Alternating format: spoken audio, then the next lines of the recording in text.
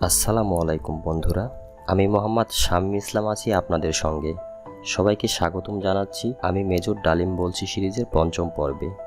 গত পর্বে আমরা জেনেছিলাম মেজর ডালিমের দিল্লির অভিজ্ঞতা এবং 2526 মার্চের কালো রাতের ভয়াবহতা বাপ্পির বর্ণনায়, এবং কিভাবে বাপ্পি ঢাকা থেকে আগরতলা পর্যন্ত পৌঁছালো তার পরিবার সহ। আজকের পর্বে আমরা আরও কিছু গুরুত্বপূর্ণ ইতিহাস জানব। তবে আপনি যদি আগের পর্বগুলো মিস করে থাকেন তাহলে চিন্তার কিছু নেই, ডিসক্রিপশনে লিঙ্ক দেওয়া আছে, সেখান থেকে আগের পর্বগুলো দেখে নিতে পারেন।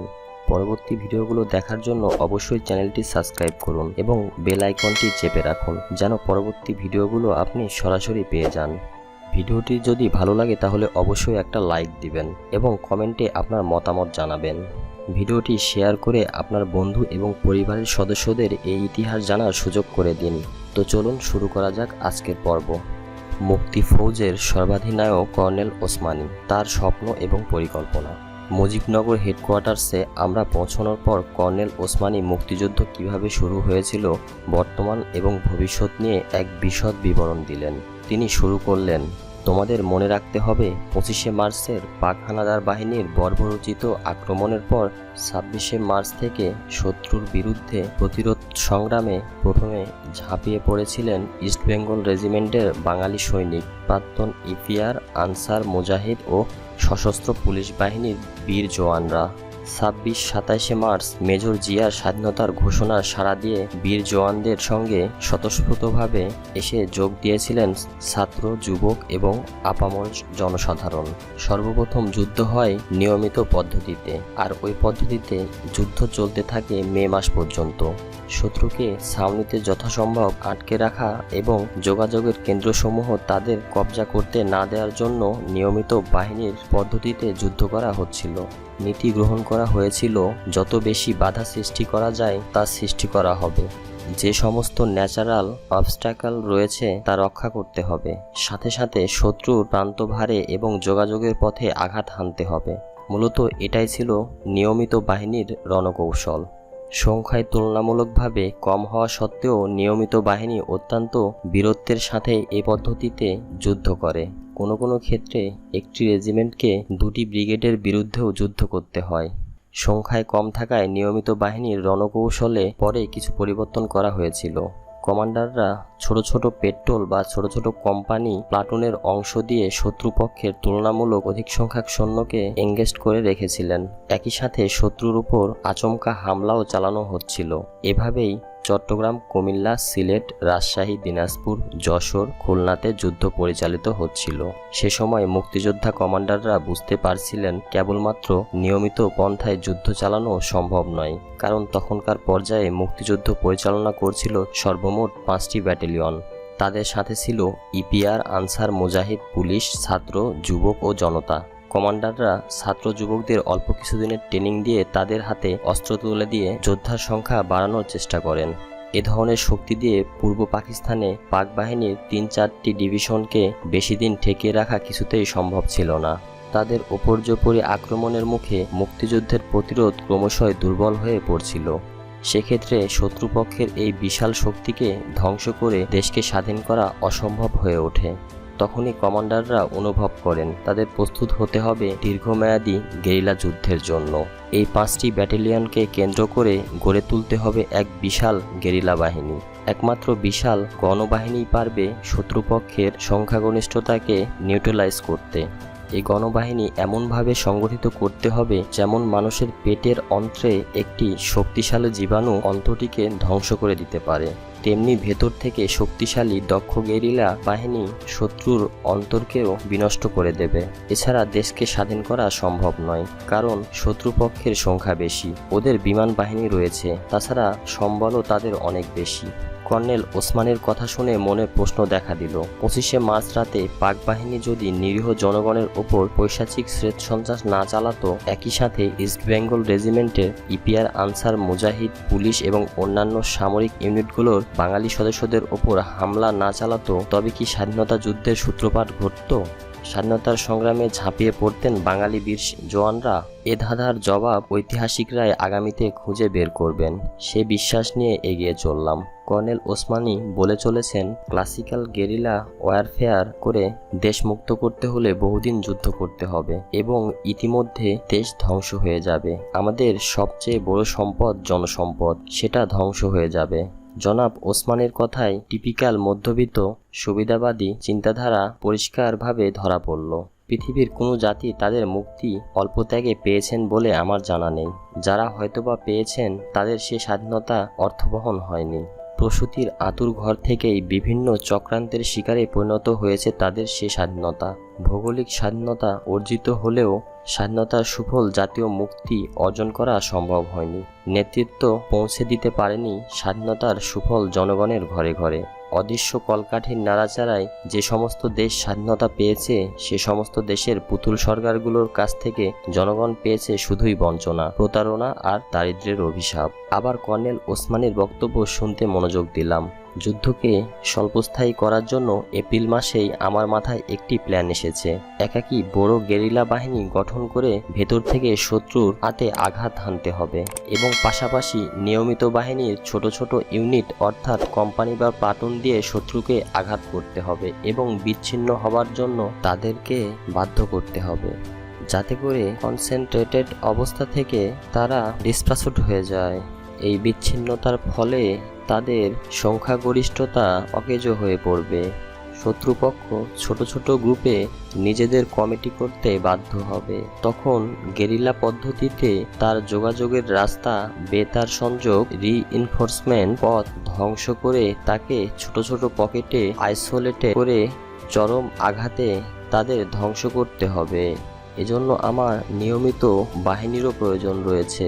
আমার এই পরিকল্পনা অনুযায়ী ডিটেইল প্ল্যান ইতিমধ্যে অস্থায়ী সরকার এবং মিত্রদের পেশ করেছি।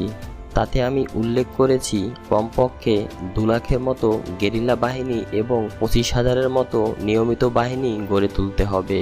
সীমান্তবর্তী বিভিন্ন অঞ্চলে কমান্ডারদের অধীনে যে সমস্ত মুক্তিফৌজ রয়েছে তাদের ছাড়া এই নিম্নতম শক্তি আমাকে অবশ্যই গড়ে তোলার অনুমতি দিতে হবে।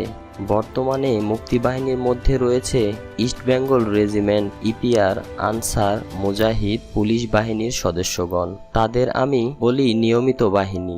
সদ্য ট্রেনিংপ্রাপ্ত ছাত্র যুবকদের বলি অনিয়মিত বাহিনী। ভারতীয়রা তাদের বলেন ফ্রিডম ফাইটার। আমার মতে পরীক্ষিত যোগ্য মুক্তিযোদ্ধা ও তাদের সাথে নতুন রিক্রুটেড বীর জওয়ানদের ট্রেনিং দিয়ে 3টি নিয়মিত ইনফ্যান্ট্রি ব্রিগেড গঠন করার পরিকল্পনা নিতে হবে।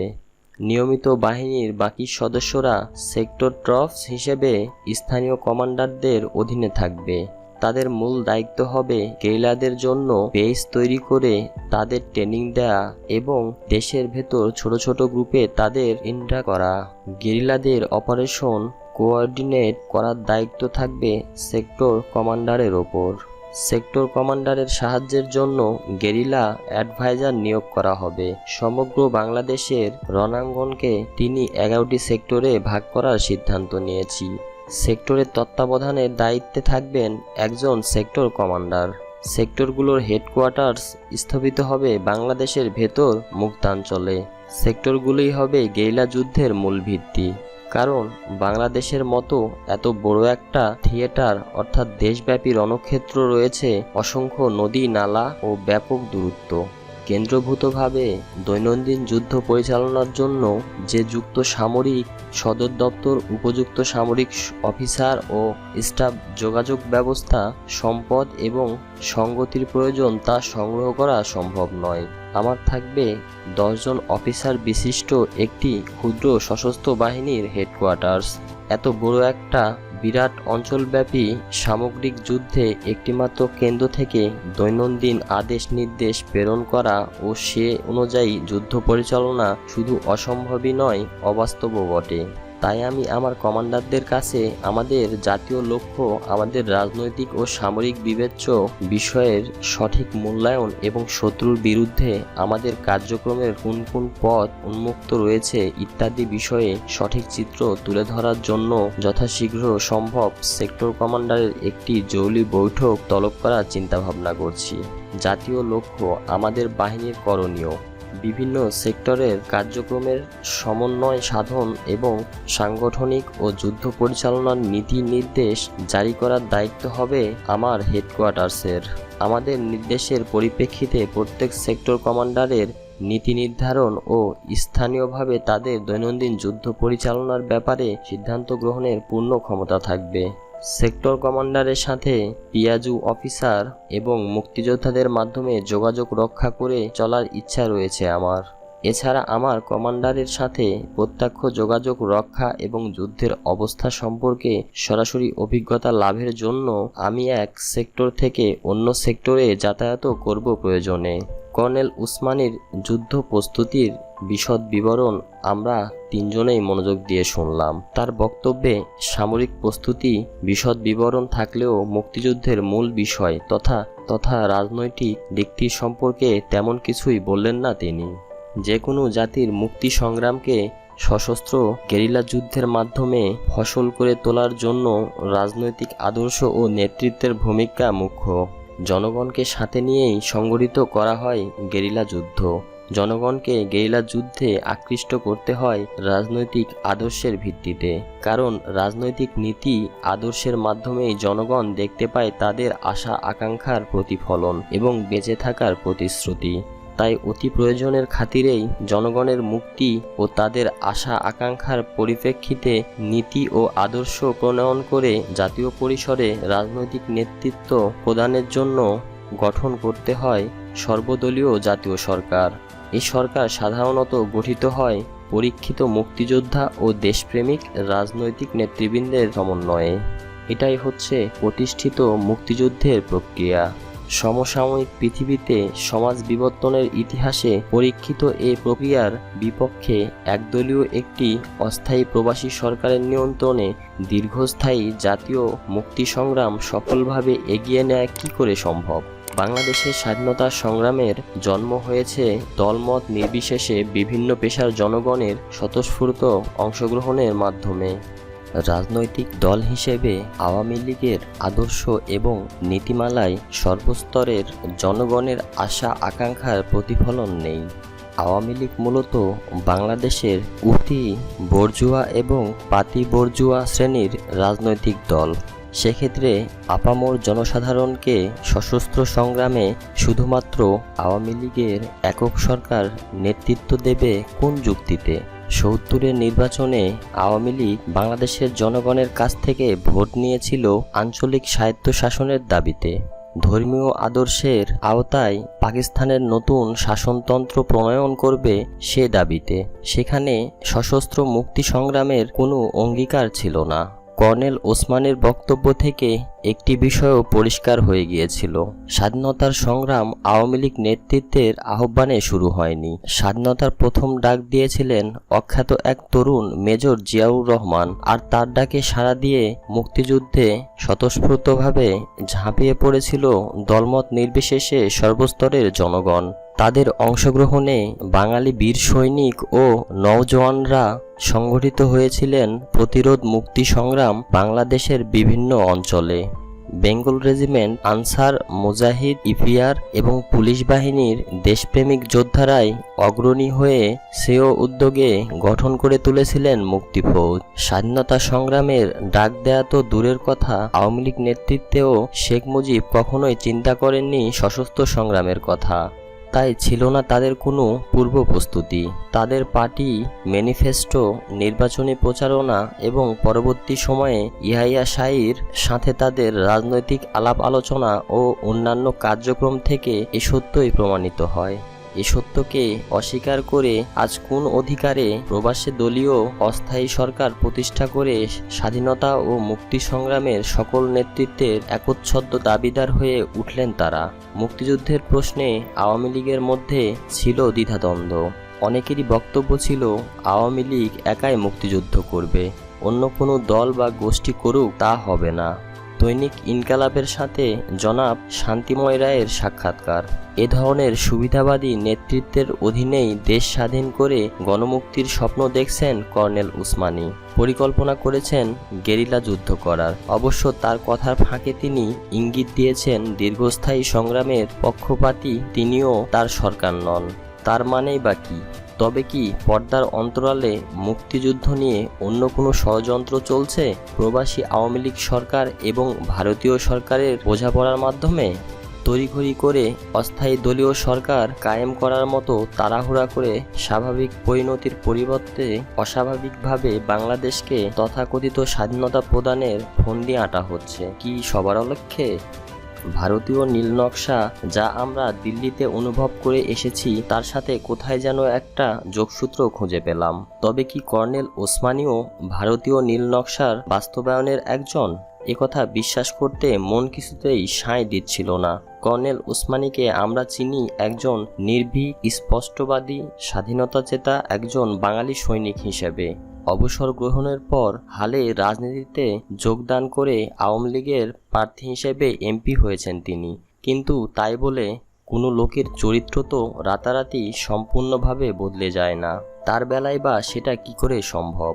একবার ভাবলাম আমাদের দিল্লির অভিজ্ঞতা তাকে সম্পূর্ণ খুলে বলে আমাদের মনোভাব পরিষ্কারভাবে ব্যক্ত করি। আবার ভাবলাম আগে তার কাছ থেকে বুঝে নিতে হবে তিনি এসবের সাথে কতটুকু জড়িত। সেটা না বুঝে সবকিছু খুলে বললে হিতে বিপরীত হতে পারে। আমরা তিনজনই বিপদের সম্মুখীন হতে পারি। প্রাথমিক চিন্তা ভাবনা নিয়ে উভয়ই সংকটে পড়লাম। আলোচনাকালে কর্নেল উসমানী হঠাৎ করে বলে উঠলেন, I have decided to send you and Moti and guerrilla advisor to the sector commanders and Noor Selvi at the ESCO as my ADC and personal staff officer PSO। তার কথা শুনে চমকে উঠলাম। কি অবাক কাণ্ড! তাহলে কর্নেল উসমানী আমাদেরকে নিয়ে ভারতীয় সরকার এবং প্রবাসী সরকার কি ভাবছে সে সম্পর্কে কি কিছুই জানে না? মনে খটকা লাগলো। মনে করলাম আমাদের ব্যাপারে হয়তো বা সিদ্ধান্ত নিয়েছেন স্বয়ং তাজউদ্দিন ও ভারতীয় সরকারের প্রতিনিধিরা। জনাব তাজউদ্দিন তখন পর্যন্ত কর্নেল ওসমানীকে তাদের সিদ্ধান্ত সম্পর্কে কিছুই জানাননি। আশ্চর্য! মুক্তি ফৌজের কমান্ডার ইন চিফ এর কাছে বিএলএফ বাংলাদেশ লিবারেল ফোর্স নামের স্পেশাল পলিটিক্যাল ফোর্স গঠনের ব্যাপারে সবকিছুই গোপন রেখেছে অস্থায়ী সরকার প্রধান জনাব তাজউদ্দিন আহমদ। তার মানে এ ব্যাপারে কর্নেল ওসমানীকেও বিশ্বাস করেনি ভারত এবং আওয়ামী লীগ সরকার। মনে আশার সঞ্চার হলো। কর্নেল ওসমানী নীলনকশার প্রণেতাদের একজন নন, নিশ্চিত হলাম। তাকে বিশ্বাস করে সবকিছু বলা যায়। বেচারা কর্নেল ওসমানী, তাকে সাইড ট্র্যাক করে ইতিমধ্যে অন্য খেলা শুরু হয়ে গেছে, অথচ তিনি তার কিছুই জানেন না। কিছুক্ষণ ভেবে নিয়ে আমি বললাম, স্যার, আপনি আমাদের গেরিলা অ্যাডভাইজার হিসাবে নিয়োগ করতে চাচ্ছেন, এতে আমরা কৃতজ্ঞ। কিন্তু স্যার, জনাব প্রধানমন্ত্রী ও ভারতীয় কর্তৃপক্ষ আমাদের নিয়ে অন্য কিছু চিন্তা করেছেন। আপনি কি বিএলএফ গঠন করার ব্যাপারে কিছু জানেন না? What is BLF? Can you firstly tell me what is going on? জিজ্ঞেস করলেন তিনি। নিশ্চয়ই বলবো স্যার, আপনাকে বিশ্বাস করে সবকিছু খুলে বলবো। মুক্তিযুদ্ধের কর্ণধার হিসেবে আপনার উপর আমাদের অগাধ বিশ্বাস রয়েছে। জাতির সাথে আপনি কখনোই বিশ্বাসঘাতকতা করতে পারেন না, সেটা আমাদের বাধ্যমূল ধারণা। জাতীয় স্বার্থ বিরোধী যে কোনো চক্রান্তকে নস্যাৎ করে দেওয়ার মতো দৃঢ়তাও আপনার রয়েছে। সে ব্যাপারেও আমরা তিনজনই একমত। আমাদের অনুরোধ সবকিছু শুনে আপনি উত্তেজিত না হয়ে অত্যন্ত ধীরস্থিরভাবে চিন্তা করবেন ভবিষ্যতে করণীয় সম্পর্কে। যে কোনো অসতর্ক পদক্ষেপের চরম মূল্য দিতে হতে পারে আমাদের সবার। I promise you, it will be just between me and you there. Now tell me here everything that you want to tell in details. তার অভয় অঙ্গীকারে আন্তরিকতায় আবেদন স্পষ্ট হয়ে ফুটে উঠেছিল। আমি বলতে লাগলাম, স্যার, দিল্লিতে আমাদের সময় কেটেছে জেনারেল ওবাং সিং ও তার সহকর্মীদের সাথে। গেরিলা যুদ্ধের জন্য প্রয়োজনীয় বিষয়াদির প্রশিক্ষণ ছাড়াও রাজনৈতিক মোটিভেশন দেওয়া হয়েছে আমাদের। ভারতীয় কর্তৃপক্ষ এবং প্রধানমন্ত্রী তাজউদ্দিন আহমেদ বর্তমান অবস্থায় গঠিত মুক্তিবাহিনীর বেশিরভাগ কর্মকর্তা এবং সদস্যদের পুরোপুরিভাবে বিশ্বাস করতে পারছেন না। প্রবাসী আওয়ামী লীগ সরকারের প্রতি তাদের সার্বিক আনুগত্য সম্পর্কেও তারা সন্দিহান। প্রবাসী আওয়ামী লীগ সরকার ও তাদের দল জাতীয় মুক্তি সংগ্রামে কার্যকরী ইফেক্টিভ নেতৃত্ব সফলতার সাথে কতটুকু দিতে পারবে সে সম্পর্কেও ভারত সরকার সুনিশ্চিত নয়। রাজনৈতিক দল হিসেবে চারিত্রিক দুর্বলতা আওয়ামী লীগের রয়েছে প্রচুর। আদর্শগতভাবে রক্তক্ষয়ী একটি জাতীয় মুক্তি সংগ্রামের নেতৃত্ব দেবার মতো মানসিকতা ও প্রস্তুতি কিংবা চরম ত্যাগ স্বীকার করার মতো চারিত্রিক গুণাবলীও নেই দলের বেশিরভাগ সদস্যের মধ্যে। সেক্ষেত্রে এ সংগ্রাম দীর্ঘস্থায়ী হয়ে পড়লে নেতৃত্ব চলে যেতে পারে আওয়ামী লীগের হাত থেকে। আওয়ামী লীগের রাজনৈতিক নেতৃত্বকে চ্যালেঞ্জ করতে পারে মূলত দুটি শক্তি: চরমপন্থী রাজনৈতিক আদর্শে উদ্বুদ্ধ বিপ্লবীরা অথবা প্রাক্তন সেনাবাহিনীর আনসার ইপিআর মুজাহিদ এবং পুলিশ বাহিনীর সদস্যবৃন্দ। বর্তমান পরিস্থিতিতে মুক্তিবাহিনীর মধ্যে এদের অবস্থান অতি সুদৃঢ়। দীর্ঘকালীন যুদ্ধে ক্রমান্বয়ে তাদের শক্তি বেড়ে যাবে। পরিপ্রেক্ষিতে আওয়ামী লীগের রাজনৈতিক ক্ষমতা দুর্বল হয়ে পড়বে। সে অবস্থায় ভারতের বিভিন্ন জাতিসত্তার স্বাধীনতা সংগ্রামগুলোও কেন্দ্রীয় সরকারের নিয়ন্ত্রণের বাইরে চলে যাবার সম্ভাবনা রয়েছে বলে মনে করেছে ভারতের কর্তৃপক্ষ। এ বিষয়ে তারা বিশেষভাবে চিন্তিত। যেহেতু ভারত সরকার আওয়ামী লীগের নেতৃত্বের বাইরে অন্য কাউকে বিশ্বাস করছে না, সেজন্য সিদ্ধান্ত নেওয়া হয়েছে একমাত্র আওয়ামী লীগের নিয়ন্ত্রণেই পরিচালিত করতে হবে বাংলাদেশের স্বাধীনতা সংগ্রাম। যুদ্ধকালীন এবং যুদ্ধাত্তর উভয় অবস্থায় আওয়ামী লীগ সরকারের নেতৃত্বের বিরুদ্ধে যে কোনো হুমকির মোকাবেলা করার জন্য বিশেষভাবে গঠন করা হবে একটি সম্পূর্ণ রাজনৈতিক সশস্ত্র বাহিনী। বাহিনীর নাম হবে বিএলএফ, বাংলাদেশ লিবারেশন ফোর্স। এ বাহিনীর সংখ্যা হবে প্রায় 1 লক্ষ। আওয়ামী লীগের স্থানীয় নেতারা এবং কেন্দ্রীয় যুব এবং ছাত্র নেতারাই বিভিন্ন অঞ্চল এবং যুব শিবির এবং শরণার্থী শিবির থেকে রিক্রুটমেন্টে সহযোগিতা করবেন এই বিএলএফ গঠনের ব্যাপারে। রিক্রুটেড সদস্যদের ট্রেনিংয়ের ব্যবস্থার ভার গ্রহণ করবে ভারতীয় সেনাবাহিনীর বিশেষ সদস্যরা। ট্রেনিং শেষে ওদের ভরণপোষণ এবং ডেভেলপমেন্ট করা হবে প্রভৃতি বিষয়ে সবকিছুই করবে ভারতীয় কর্তৃপক্ষ। এ বাহিনীর মূল কাজ হবে স্বাধীনতা উত্তরকালে সরাসরি প্রধানমন্ত্রীর নিয়ন্ত্রণে থেকে আওয়ামী লীগ এবং তদীয় সরকারের স্বার্থ রক্ষা করা। পরে প্রয়োজনে এ বাহিনীর নাম পরিবর্তন করে রাখা হতে পারে মুজিব বাহিনী। কোনো সন্দেহ অথবা ভুল বোঝাবুঝির উদ্রেক যাতে না হয় তার জন্য যুক্তি হিসাবে প্রচার চালানো হবে এ বাহিনী সৃষ্টি করা হয়েছে বিশেষ এক প্রয়োজনে। শেখ মুজিবকে পাকিস্তানের কারাকুটির থেকে মুক্ত করে আনার জন্য এদের দায়িত্ব দেওয়া হবে। রিক্রুটমেন্টে সাহায্য করার জন্য ভারতীয় সরকার ইতিমধ্যে 4 জন যুবক ও ছাত্রনেতাকে সিলেক্ট করে নিয়েছে। তারা হলেন জনাব শেখ ফজলুল হক মনি, সিরাজুল আলম খান, আব্দুল রাজ্জাক এবং জনাব তোফায়েল আহমেদ। পরবর্তীতে তারা বাংলাদেশের আপামর জনসাধারণের কাছে 4 খলিফা বলে পরিচিত লাভ করেন। রিসার্চ অ্যান্ড অ্যানালাইসিস উইং র ভারতীয় গোয়েন্দা এজেন্সির প্রধান জেনারেল ওমান সিংয়ের সার্বিক তত্ত্বাবধানে দেরাদুনের অদূরে চাকুরাউলে এদের ভারতীয় সেনাবাহিনীর বিশেষ সদস্যরা ট্রেনিং দিবে। ট্রেনিং পর্যায়ে এবং পরবর্তীকালে ওদের রিঅর্গানাইজ করার দায়িত্বে ভারতীয়দের সাথে আমাদেরও থাকতে হবে। মানে পর্যায়ক্রমে আমরাও হয়ে পড়ব মুজিব বাহিনীর সদস্য। আমাদের কথা শুনে কর্নেল উসমানী স্তম্ভিত হয়ে গেলেন, হতবাক হয়ে গেলেন। হাউ স্টাং, এই সমস্ত ব্যাপারে আমি কিছুই জানি না। I must find out from the prime minister how much does he know. অবশ্যই তা আপনাকে জানতে হবে, তবে সেটা করতে হবে বিশেষ সতর্কতার সাথে। অত্যন্ত সেন্সিটিভ ব্যাপার, তাই বুঝে শুনে কথা বলতে হবে আপনাকে। জনাব তাজউদ্দিনের সাথে আপনার আলাপের পরই না হয় আমরা সিদ্ধান্ত নেব কি করা যায়। সেদিনের মতো আমাদের একান্ত বৈঠক শেষ হলো। কর্নেল ওসমানী শুভরাত্রি জানিয়ে চলে গেলেন। আমরা তার ঘরের অপর প্রান্তে মেঝেতে বিছানা পেতে 3 জনে শুয়ে পড়লাম। পরদিন সকালে কর্নেল ওসমানী জনাব তাজউদ্দিনের কাছে গিয়ে গত রাতের আলোচনা সম্পর্কে আলাপ করে ফিরে এসে জানালেন প্রধানমন্ত্রীও এ ব্যাপারে কিছুই জানেন না। এ কি করে সম্ভব? দিল্লিতে আমাদের বলা হয়েছে অস্থায়ী সরকারের প্রধানমন্ত্রী এ ব্যাপারে সবকিছুই জানেন। No boys, he is as much as in dark as I am and I don't think he is lying. এ ব্যাপারে ভারতীয় কর্তৃপক্ষ থেকে তিনি যতটুকু সম্ভব জানার চেষ্টা করবেন। Of course not exposing anyone. তোমরাও যদি আরও কোনো তথ্য সংগ্রহ করতে পারো তবে আমাকে জানাবে। Prime minister want to now everything about this নেফারিয়াস plan.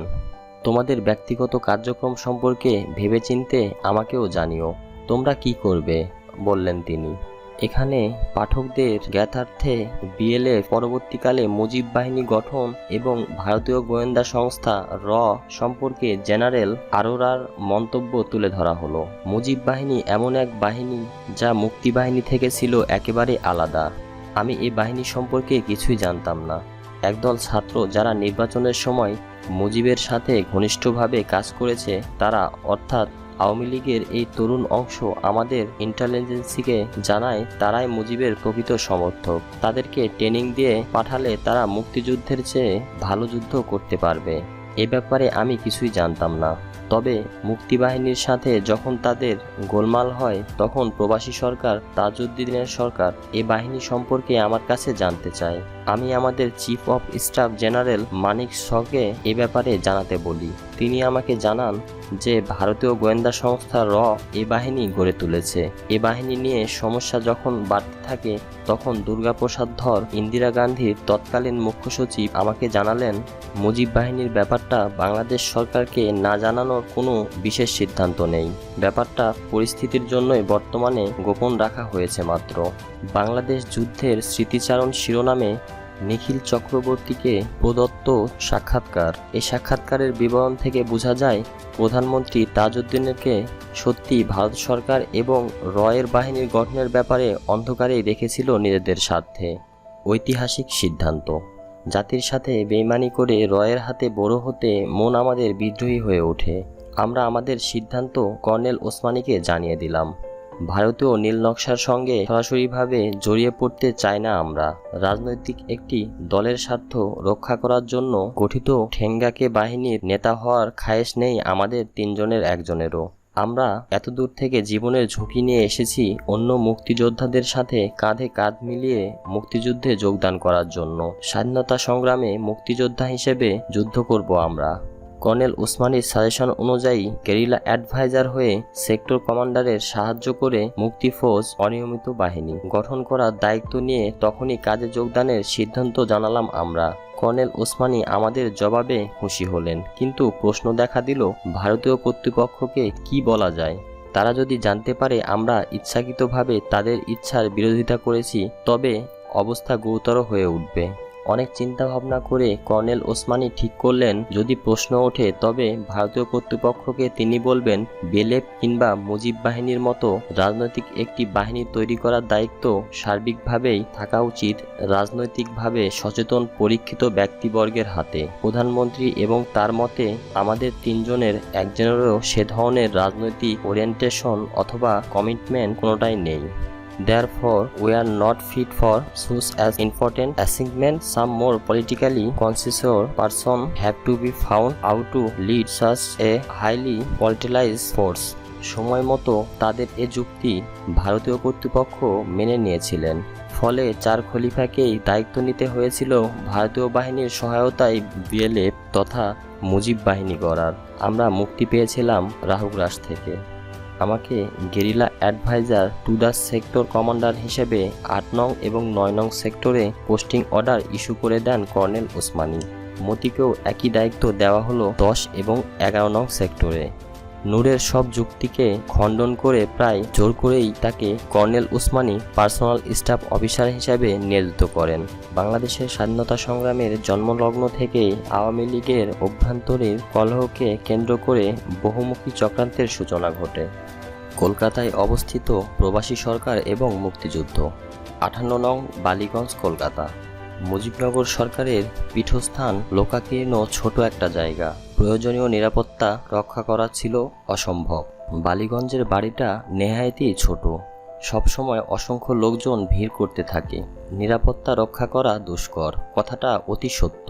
সর্বক্ষণ অগণিত লোক মাছির মতো ভনভন করে ঘুরে বেড়াচ্ছে এক কামরা ছেড়ে অন্য কামরায়। কেউ বা এমপি, কেউ বা জাদরেল আমলা, কেউ বা নেতাদের বিশেষ পরিচিত এবং আস্থাভাজন চামচা। এছাড়াও রয়েছে অসংখ্য নেতা, পাতি নেতার ভিড়। গায়ে মানে না সকলেই আপনে মোড়ল। যার যার হাতে প্রত্যেকের 3.5 হাত। গেটে প্রহরীরা কিছু জিজ্ঞাসা করলেই লঙ্কাকাণ্ড বেঁধে যায়। সবাই যারা আসছেন তাদের ভাবসাব হচ্ছে আমরা কি হনুরে। সবাই পরিধানে নতুন নতুন কাপড় চোপড়, হাল ফ্যাশনের অন্ত নেই। দিব্যি হেলে দুলে ঘুরে বেড়াচ্ছেন। দেখা হলে দাঁত বের করে নিজের পরিচয় দিয়ে খাজুরে আলাপ জমিয়ে তুলতে চেষ্টা করছেন। ঢালাওভাবে ভাত, গোস্ত আর ডাল রান্না হচ্ছে কিচেনে। যে আসছেন সেই খাচ্ছেন নির্দ্বিধায়। কেউ কাউকে কিছু বলছেন না। ভুরি ভোজনের পর বিভিন্ন ঘরে চেয়ারের ওপর, বসার বেঞ্চে, এমনকি টেবিলের ওপরও শটাং হয়ে শুয়ে পড়ে দিবানিদ্রা কিংবা রাত্রিযাপনের ব্যবস্থা করে নিতে এতটুকু দ্বিধাবোধ করছেন না এ সমস্ত ভিআইপি ব্যক্তিদের দল। প্রত্যেকের হাতে একটা নতুন ব্রিফকেস কিংবা অ্যাটাচি, কোনো নেতার কাঁধে ঝোলানো ব্যাগ। তারা যা কিছুই করছেন এ সমস্ত জিনিসগুলোও থাকছে তাদের সাথে সাথে। এমনকি প্রাকৃতিক ডাকে সাড়া দিতে যাবার সময়ও সেগুলো সাথে নেওয়া হচ্ছে, পাছে হারিয়ে যায়। ব্যাপার কি? এ সমস্ত ব্রিফকেস, অ্যাটাচি এবং ঝোলার কি এমন দুর্লভ জিনিস রয়েছে ভেবেই পাচ্ছিলাম না। রহস্যটা মতি উদ্ঘাটন করলো কিছুদিন পর। ও জানালো, স্যার, সমস্ত ডিস্ট্রিক্টর ও সাব ডিভিশন থেকে মুক্তিফৌজের সাথে বর্ডার ক্রস করে আসার সময় ব্যাংক ট্রেজারিগুলো সব উজাড় করে নিয়ে এসেছেন স্থানীয় প্রশাসনের কর্তা ব্যক্তিরা ও রাজনৈতিক নেতৃবৃন্দ। যার ভাগ্যে যতটুকু পড়েছে সেগুলো রাখা আছে এ সমস্ত ব্রিফকেসে, অ্যাটাচিতে এবং ঝোলায়। তাই এগুলোকে এভাবে হেফাজত করা হচ্ছে। বলো কি? বিশ্বাস না হয় পরীক্ষা করে দেখেন, বলল মতি। একদিন কোনো এক অজানা মহারথী তার মাথার নিচে ব্রিফকেসটা রেখে খাবার পর সুখনিদ্রা দিচ্ছিলেন। ঘুমের ঘোরে ব্রিফকেসটা মাথার নিচ থেকে সরে গিয়েছিল। আশেপাশে কাউকে না দেখে মতি সেটা চট করে তুলে নিয়ে খুলে ফেলল। ভদ্রলোকের ব্রিফকেসে তালা ছিল না। খুলতেই মতিও আমার চোখ চড়ক গাছ। এ কি? থলে থলে সাজানো পাকিস্তানি 500 টাকার নোটের বান্ডিলে ব্রিফকেসটা বোঝায়। ব্রিফকেসটা নিয়ে আমরা চুপিসারে কেটে পড়লাম। কিছুক্ষণ পর ঘুম থেকে উঠে ভদ্রলোক তার ব্রিফকেসের হদিশ না পেয়ে সারা বাড়ি মাথায় তুলে হাই হাই করতে লাগলেন। আর্দালিকে পাঠিয়ে ভদ্রলোককে ডেকে পাঠালাম। তিনি এলেন। জিজ্ঞেস করলাম, কি ব্যাপার, এত হইচই করছেন কেন? আমার ব্রিফকেস চুরি হয়ে গেছে। তিনি কাঁদো কাঁদো হয়ে বললেন। কি ছিল তাতে? আমার কিছু কাপড় ও প্রয়োজনীয় জরুরি কিছু কাগজপত্র। টাকা সম্পর্কে সবটাই গোপন করলেন ভদ্রলোক। ইতিমধ্যে নূর উঠে গিয়ে পাশের ঘরে কর্নেল ওসমানীকে সবকিছু খুলে বলেছে। সব শুনে কর্নেল ওসমানী আমরা যে ঘরে বসেছিলাম সেখানে আসেন। তিনি ভদ্রলোককে অনেকভাবে জেরা করেন। ভদ্রলোক টাকার কথা সম্পূর্ণ চেপে গিয়ে ঝোলাতে শুধু কিছু কাপড় ও জরুরি কাগজপত্র ছিল সে কথাই কর্নেল ওসমানীকে জানান। সব শুনে কর্নেল ওসমানী নূরকে আদেশ করেন ব্রিফকেসটি ভদ্রলোককে ফিরিয়ে দিতে। ইতিমধ্যেই ব্রিফকেস থেকে প্রায় 12 লাখ টাকা আলাদা করে রেখে দেওয়া হয়েছিল। কাপড় চোপড় ও কিছু কাগজপত্র সহ ব্রিফকেসটি ভদ্রলোককে ফিরিয়ে দেওয়া হলো। তিনি তাড়াতাড়ি ব্রিফকেস খুলে দেখেন টাকা ছাড়া অন্য সবকিছু ঠিক আছে। তার মুখ ফ্যাকাশে হয়ে যায়, কিন্তু অবস্থা বেগতিক বুঝে ব্রিফকেস বন্ধ করে নিয়ে আমাদের ধন্যবাদ জানিয়ে সুরসুর করে ঘর থেকে বেরিয়ে গেলেন। এরপরই সেই ভদ্রলোককে আর কখনো দেখিনি পুরো 9 মাস সংগ্রামকালে। উদ্ধারকৃত টাকাটা প্রধানমন্ত্রীর তহবিলে জমা করে দেয়া হয়। এই ঘটনার অবতারণা এখানে এজন্য করলাম, তখন তথাকথিত মুজিবনগর সরকারের কার্যালয় দেখে বোঝা কষ্ট হতো যে একটি জাতীয় মুক্তি সংগ্রাম চলছে বাংলাদেশে, আর সে সংগ্রাম পরিচালনার দায়িত্বে নিয়োজিত রয়েছেন প্রবাসী বালিগঞ্জ লোকজন। যে সমস্ত লোকজন তখন অকারণে বালিগঞ্জের বাড়িতে ভিড় করে সর্বদা ঘুরঘুর করতেন, তাদের হাবভাব দেখে মনে হতো সবাই যেন বরযাত্রী হয়ে এসেছেন কোনো এক দূর দেশ থেকে। কোনো ভাবনা নেই, কোনো চিন্তা নেই, নির্বিঘ্নে হেসে খেলে সময় কাটিয়ে আনন্দেই আবার ফিরে যাবেন তারা। 8 নং এবং 9 নং সেক্টরে যোগদান। স্বয়ং কর্নেল ওসমানী আমাকে নিয়ে গিয়েছিলেন 8 নং এবং 9 নং সেক্টরের অধিনায়কদের সাথে পরিচয় করিয়ে দিতে। থিয়েটার রোড থেকে কর্নেল ওসমানী একদিন আমাকে নিয়ে চললেন 8 নং সেক্টর হেডকোয়ার্টার্স বনগাঁয়, সাথে নূর। শহর থেকে প্রায় 90-95 মাইল দূরে যশোর বর্ডারের গা ঘেঁষে বনগাঁ। ওখানে পৌঁছে কর্নেল ওসমানী আমাকে পরিচয় করিয়ে দিলেন 8 নং সেক্টর কমান্ডার মেজর ওসমান এবং 9 নং সেক্টর কমান্ডার ক্যাপ্টেন জল্লের সাথে। তাদের বিস্তারিত ব্রিফিং দিলেন তিনি। সেখানে পরিচয় হলো বেঙ্গল রেজিমেন্টের ক্যাপ্টেন হাফিজ, লেফটেন্যান্ট হালিম, ক্যাপ্টেন হুদা, ক্যাপ্টেন সালাউদ্দিন, পুলিশের এসডিপিও মাহবুব, সিএসপি কামাল সিদ্দিকী এবং তৌফিক এলাহি চৌধুরী ও লেফটেন্যান্ট মাহবুবের সাথে। ওরা সবাই আমাকে সাদর অভিনন্দন জানালেন। দুপুরের খাওয়ার পর কর্নেল ওসমানী নূরকে নিয়ে ফিরে গেলেন। যাবার আগে জানিয়ে গেলেন শীঘ্রই তিনি সেক্টর কমান্ডারের একটি গুরুত্বপূর্ণ কনফারেন্স ডাকবেন কলকাতায়। সে কনফারেন্সে মুক্তিযুদ্ধের বর্তমান স্তর এবং ভবিষ্যৎ রণকৌশল ও প্রাসঙ্গিক বিষয়াদি নিয়ে আলোচনা করে কর্মপদ্ধতি ঠিক করা হবে। থিয়েটার রোড ছেড়ে প্রকৃত মুক্তিযোদ্ধাদের মাঝে পৌঁছে ভীষণ ভালো লাগছিল। মতি ও আমি চলে আসার পরপরই উত্তর পশ্চিম সীমান্তে সেক্টরগুলোর দায়িত্ব নিয়ে চলে যায়। শুরু হলো নতুন কর্মজীবন। খুলনা যশোরের ছিন্নমূল ও বিক্ষিপ্ত অনেক ইপিআর, কিছু সংখ্যক নিয়মিত বাহিনীর সৈন্য, পুলিশ, আনসার, মুজাহিদদের নিয়ে মেজর উসমানের অধীনে শুরু হয় প্রতিরোধ সংগ্রাম। তার সাথে যোগ দেয় স্থানীয় ছাত্র জনতা। নড়াইলের তরুণ এসডিও জনাব কামাল সিদ্দিকী, মেহেরপুরের এসডিও তৌফিক এলাহি চৌধুরী এবং মাগুরার এসডিও ওয়ালিউর রহমানও প্রতিরোধে সংগ্রামে ঝাঁপিয়ে পড়েন। মেজর উসমান তার অধীনস্থ সমস্ত নিয়মিত ও অনিয়মিত বাহিনীর সদস্যদের 7টি কোম্পানিতে বিভক্ত করে সীমান্তবর্তী এলাকায় তাদের নিয়োগ করেন। প্রথম কোম্পানি উত্তরে মহেশকুণ্ড বিওপি এলাকা লেফটেন্যান্ট জাহাঙ্গীরের অধীনে। দ্বিতীয় কোম্পানি তার দক্ষিণে ইসাখালী পিওবি এলাকায় কোম্পানি কমান্ডার ছিলেন ক্যাপ্টেন আজম চৌধুরী। তৃতীয় কোম্পানি আরও দক্ষিণে জীবননগর বিওপি এলাকায়, নেতৃত্বে ছিলেন ক্যাপ্টেন মোস্তাফিজুর রহমান। চতুর্থ কোম্পানি কাশিমপুর মুকুন্দপুর বয়রা এলাকায়, ক্যাপ্টেন খন্দকার নাজমুল হুদার অধীনে। পঞ্চম কোম্পানি বেনাপোল কাস্টমস চেকপোস্ট এলাকায়, লেফটেন্যান্ট আব্দুল হালিমের অধীনে। এই কোম্পানি পরবর্তী পর্যায়ে ক্যাপ্টেন তৌফিক এলাহি চৌধুরী সিএসপির অধীনে দেয়া হয়। ষষ্ঠ কোম্পানি আরও দক্ষিণে বক্সা কাকডাঙ্গা বেনাপোল থানার এলাকায়, ক্যাপ্টেন শফিকুল্লাহর অধীনে। সপ্তম কোম্পানি হোমরা এলাকায়, ভোজভাঙ্গার ক্যাপ্টেন সালাউদ্দিনের অধীনে। মে মাসের শেষে ক্যাপ্টেন সালাউদ্দিনকে হেডকোয়ার্টার্সে গোয়েন্দা বিভাগের দায়িত্ব নেয়ার জন্য চলে যেতে হয় মুজিবনগর তথা 8 নং থিয়েটার রোডে। তখন ওই সেক্টরের দায়িত্ব দেওয়া হয় পুলিশের এসডিপিও মাহবুব উদ্দিনকে। মে মাসের প্রথম সপ্তাহে প্রাক্তন flight lieutenant Jamal Uddin MP, captain Wahab এবং লেফটেন্যান্ট এনামুল হক 8 নং সেক্টরে যোগদান করেন। ফ্লাইট লেফটেন্যান্ট জামাল উদ্দিনকে সেক্টর হেডকোয়ার্টার্সে স্টাফ অফিসার হিসাবে নিয়োজিত করা হয়। যশোর ক্যান্টনমেন্ট থেকে পাক বাহিনীর ব্যূহ ভেদ করে ক্যাপ্টেন হাফিজের নেতৃত্বে বিদ্রোহ ঘোষণা করে যুদ্ধ করতে করতে বর্ডার পেরিয়ে 8 নং সেক্টরের মুক্তিযোদ্ধাদের সাথে যোগ দেন 1st বেঙ্গল রেজিমেন্ট অকুতভয় সেনারা। বেনাপোল বর্ডার পর্যন্ত মাত্র 188 জন সৈনিককে জীবিত অবস্থায় নিয়ে আসতে সক্ষম হয়েছিল হাফিজ। পুরো রেজিমেন্টের বাকি সবাই যুদ্ধে শাহাদত বরণ করেছিলেন। বেনাপোল পৌঁছে সেক্টর হেডকোয়ার্টার্সের কাছেই সে তার ক্যাম্প প্রতিষ্ঠা করে। বনগাঁ পিওবির বিপরীতে মুক্ত এলাকায় বাংলাদেশের পতাকা সমুন্নত রাখার পবিত্র দায়িত্ব যথাযথ বীরত্ব ও সাহসিকতার সাথে ক্যাপ্টেন হাফিজের নেতৃত্বে 1st ইস্ট বেঙ্গলের বীর জওয়ানরা শেষ দিন পর্যন্ত পালন করেছিলেন। ক্যাপ্টেন হাফিজ আমার বিশেষ বন্ধু, বিধায় ওর সাথে আমার থাকার বন্দোবস্ত করি।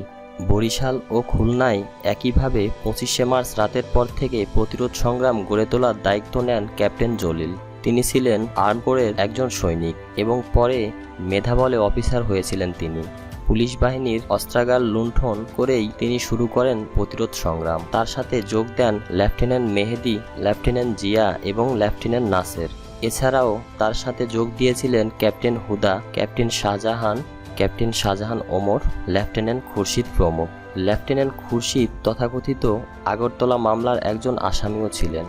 এরপর এম.এ. বেগ নামে একজন যুবক এসে 9ম সেক্টরে যোগ দেয়। তিনি পাকিস্তান সেনাবাহিনীর একজন দক্ষ প্যারাশুট জাম্পার ও ফ্রগম্যান হিসেবে ট্রেনিংপ্রাপ্ত সৈনিক বিধায় পরে তাকে নৌবাহিনীতে শিপম্যান হিসেবে নিয়োগ করা হয়েছিল। 9 নং সেক্টরকে গঠন করা হয় খুলনার কিছু অংশ, ফরিদপুরের কিছু অংশ এবং পুরো বরিশাল ও পটুয়াখালী জেলা নিয়ে। সেক্টর কমান্ডার নিযুক্ত হন ক্যাপ্টেন জলিল। স্বাধীনতা সংগ্রামের প্রথমার্ধে বরিশাল পটুয়াখালীতে ক্যাপ্টেন মেহেদি, খুলনায় সুন্দরবন এলাকায় লেফটেন্যান্ট জিয়া এবং সীমান্তবর্তী এলাকায় ক্যাপ্টেন হুদা যুদ্ধ পরিচালনা করেছিলেন। জুলাই মাসে 9 নং সেক্টরকে পুনর্গঠিত করা হয়। বরিশাল জেলার দায়িত্ব দেওয়া হয় পাকিস্তান থেকে পালিয়ে আসা ক্যাপ্টেন শাহজাহান ওমরকে।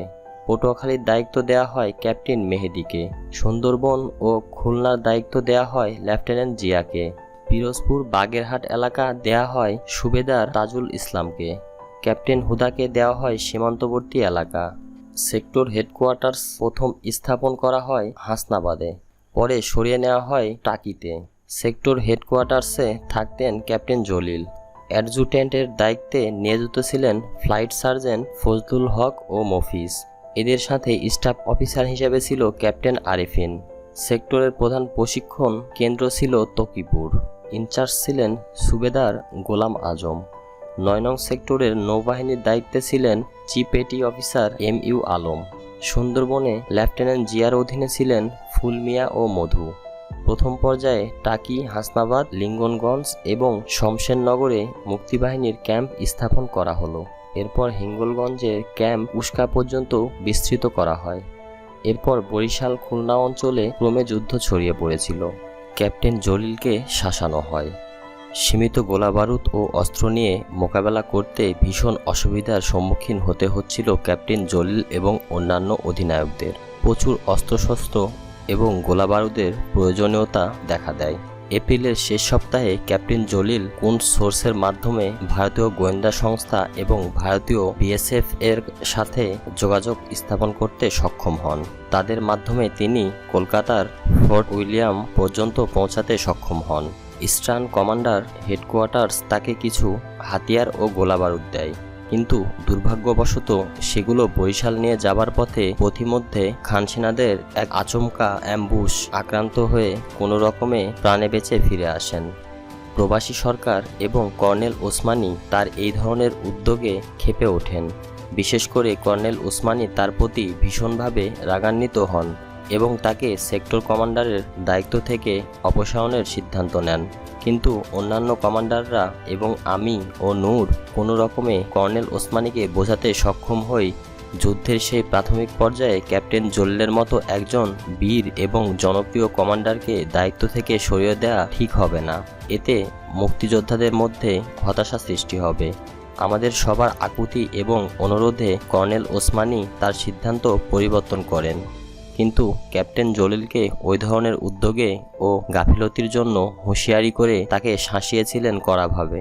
কিন্তু আশ্চর্যের বিষয় হলো, প্রবাসী বাংলাদেশের অস্থায়ী সরকার এবং ভারতীয় কর্তৃপক্ষের একাংশ ওই সিদ্ধান্ত পরিবর্তনের নাখোশ হয়েছিলেন। অন্যান্য অভিজ্ঞতা। আমি সালাম জানাই ওই সমস্ত যুবকদের চেতনা এবং দেশপ্রেমকে, যারা মুক্তিযোদ্ধা হিসাবে জাতির মেরুদণ্ড হয়ে উঠেছিলেন। ইতিমধ্যে ঝড়ের বেগে আমার কাজ এগিয়ে চলেছে। কৃষ্ণনগর থেকে তকিপুর সমস্ত সেক্টর আমি ঝাঁটিকা সফর করে বেড়াচ্ছি। আমার মূল দায়িত্ব যুব শিবির ও শরণার্থী শিবির থেকে গেরিলাদের রিক্রুট করে তাদের ট্রেনিংয়ের ব্যবস্থা করা, সাথে সাথে সেক্টর ট্রুপসদের প্রশিক্ষণ ও অপারেশনে সাব সেক্টর কমান্ডারদের সাহায্য করা। একই ফাঁকে একম ইস্ট বেঙ্গল রেজিমেন্টকে পুনর্গঠিত করার কাজেও ক্যাপ্টেন হাফিজকে সাহায্য করছিলাম যতটুকু সম্ভব। রাত দিন পরিশ্রম করে জুন মাসের মধ্যেই প্রায় 1010 গেরিলা রিক্রুট করে ফেলেছিলাম। তাদেরকে 200 থেকে 500 এর একটি ব্যাচে বিহারের চাকুলিয়া ট্রেনিং ক্যাম্পে 4 থেকে 6 সপ্তাহে ট্রেনিংয়ে পাঠানো হচ্ছিল। একই সাথে যুব শিবির এবং সাব সেক্টরগুলোতেও আমরা কয়েকটি ট্রেনিং ক্যাম্প প্রতিষ্ঠিত করেছিলাম। সেক্টরের নিয়মিত বাহিনীর অভিজ্ঞ সৈনিকরা গেরিলাদের হালকা অস্ত্র, grenade, demolition, Raid, ambush, unarmed combat, map reading, urban এবং জঙ্গল ওয়ারফেয়ার, অবস্টাকল প্রভৃতি বিষয়ে প্রশিক্ষণ দিচ্ছিলেন। লাইভ ফায়ারিংয়ের বন্দোবস্তও করা হয়েছিল টেম্পোরারি রেঞ্জ তৈরি করে। একই সাথে চলছিল মোটিভেশন ক্লাস। এখানে রিক্রুটিংয়ের কাজে নিয়োজিত থাকাকালে একটি অভিজ্ঞতার কথা উল্লেখ না করে পারছি না। যুদ্ধকালে প্রায় 1 লাখের মতো মুক্তিযোদ্ধা ট্রেনিং নেয়, কিন্তু এর মধ্যে শতকরা 1 ভাগও শরণার্থী শিবিরের লোক ছিল না। শরণার্থী শিবিরের আশ্রয় গ্রহণকারী বেশিরভাগ লোকই ছিলেন হিন্দু। তাদের মধ্যে খুব কম লোকের মাঝেই ট্রেনিং গ্রহণ করে শত্রুর মোকাবেলা করার জন্য যুদ্ধে যাওয়ার আগ্রহ দেখা যেত। বাংলাদেশ থেকে পালিয়ে শরণার্থী শিবিরে যারা আশ্রয় নিয়েছিল তারা পরিবারের সব সদস্য নিয়েই সেখানে থাকত। জীবন বাঁচানোর জন্য দুবেলা দুমুঠো আহারের নিশ্চয়তাও শিবিরে তাদের ছিল। বাংলাদেশ নিয়ে দুশ্চিন্তা করার মতো তাদের খুব বেশি কেউই ছিল না। শিবিরে তাদের জীবনেও নিরাপত্তাও ছিল। তাদেরকে নিরাপদে স্বদেশে প্রত্যাবর্তনের ব্যবস্থা কারা করেছে, কিভাবে করেছে, এ নিয়ে তাদের তেমন কোনো মাথা ব্যথা ছিল না। মনে মনে হয়তোবা তারা চাইতো কষ্টের কাজটুকু অন্য কেউ করুক, তারা একদিন ধীরে সুস্থে ফিরতে পারলেই হয়। শরণার্থী শিবিরের বাসিন্দাদের মধ্যে অনেকেরই আবার পশ্চিমবঙ্গেই আত্মীয় স্বজন বিভিন্ন শহর গ্রামে পার্টিশনের সময় এসে স্থায়ী বসতি স্থাপন করেছিল। মুক্তিযুদ্ধে যোগ দেবার চাপ এড়াতে বয়স্করা যুবকদের বর্ডার থেকে দূরে তাদের আত্মীয় স্বজনদের কাছে পাঠিয়ে দিত। ওরা সেখানে কাজকর্ম, ব্যবসা বাণিজ্য এবং বিভিন্ন পেশা গ্রহণ করে জীবন চালাতো। শরণার্থীদের মধ্যে এবং নিছক প্রাণের ভয়ে যারা দেশ ত্যাগ করেছিল তাদের মধ্যে সুবিধাবাদী মনোবৃত্তি লক্ষ্য করা গেছে।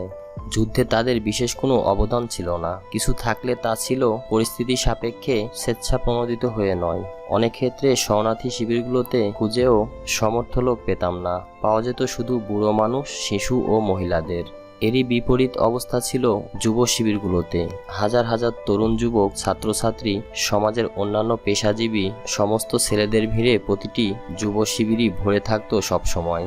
বাসস্থানের সংকুলানের অভাবে অনেককে ফিরিয়েও দেয়া হতো বাধ্য হয়ে। তারা তাদের আত্মীয় পরিজনদের বাংলাদেশে ফেলে রেখে ছুটে আসতো সমস্ত ঝুঁকি নিয়ে শুধুমাত্র মুক্তিযুদ্ধে যোগ দিয়ে ট্রেনিং গ্রহণ করে হাতিয়ার নিয়ে বাংলাদেশে ফিরে গিয়ে খান সেনাদের বিরুদ্ধে যুদ্ধ করার জন্য। তারা অতি কষ্টকর পরিবেশে যুব শিবিরে দিনের পর দিন আতপেটা হয়ে অনেক ক্ষেত্রে অভুক্ত থেকে উগ্রদ্বীপ হয়ে অপেক্ষা করত কবে তাদের রিক্রুট করে ট্রেনিংয়ে পাঠানো হবে।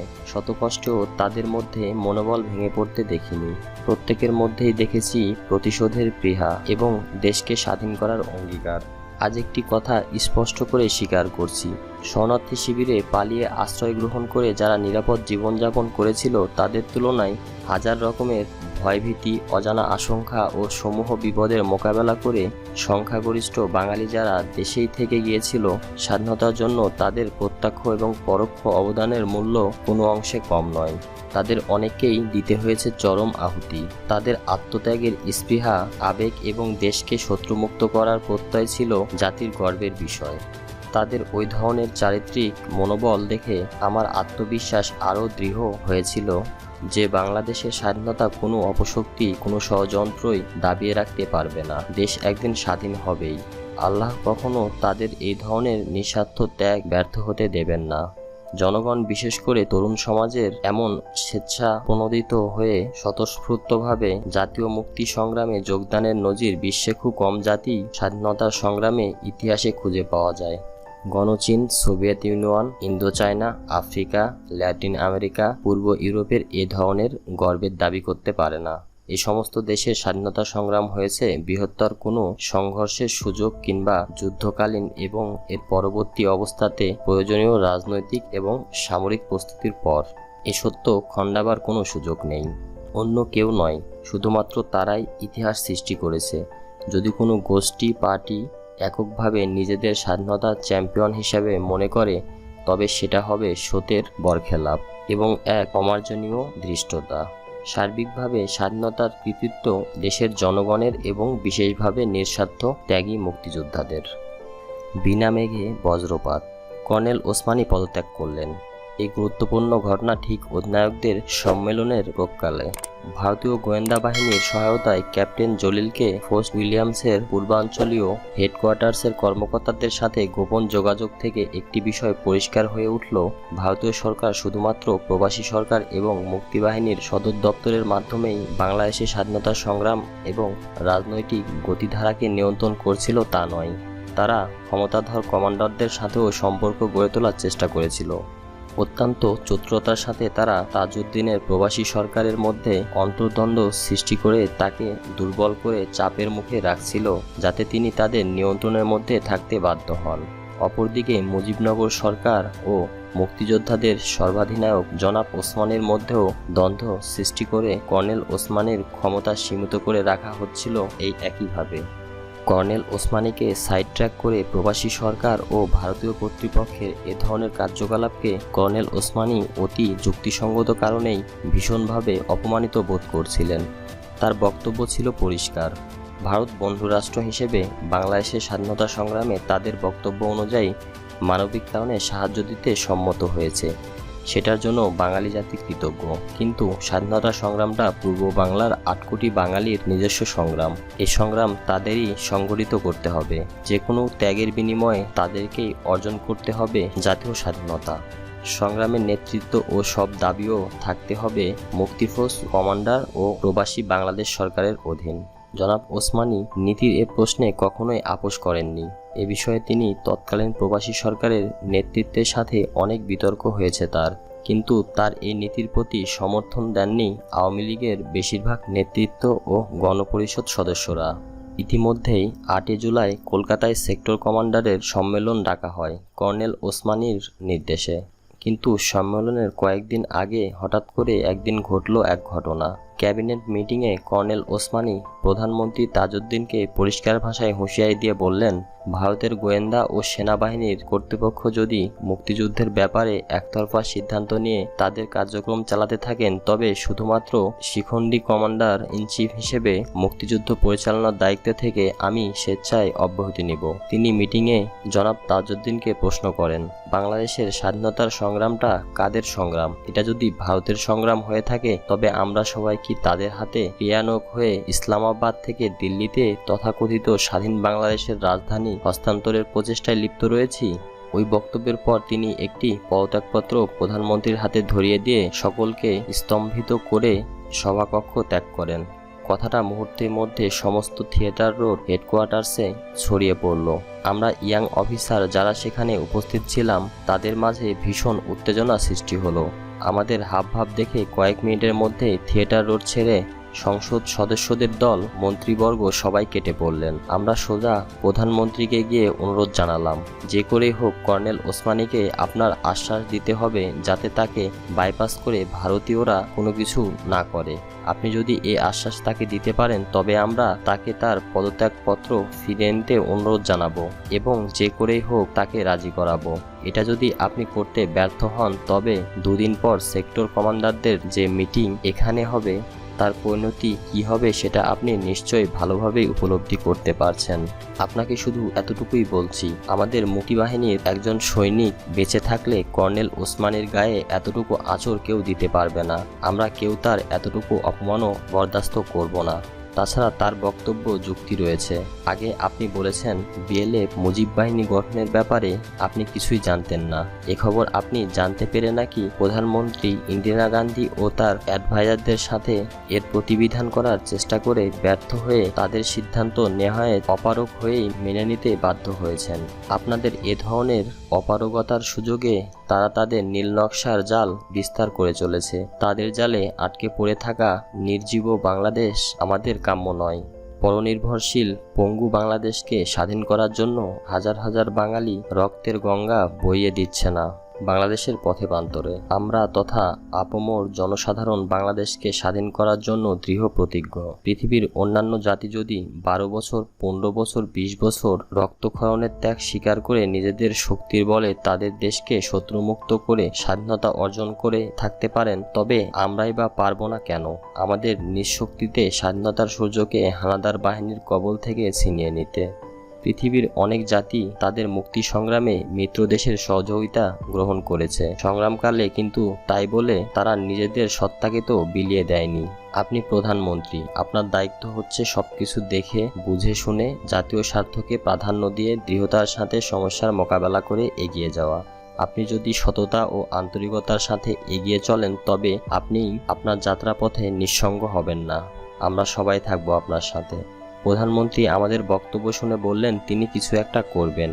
কর্নেল ওসমানীকে প্যাসিফাই করার দায়িত্ব নিয়ে বেরিয়ে এলাম আমরা।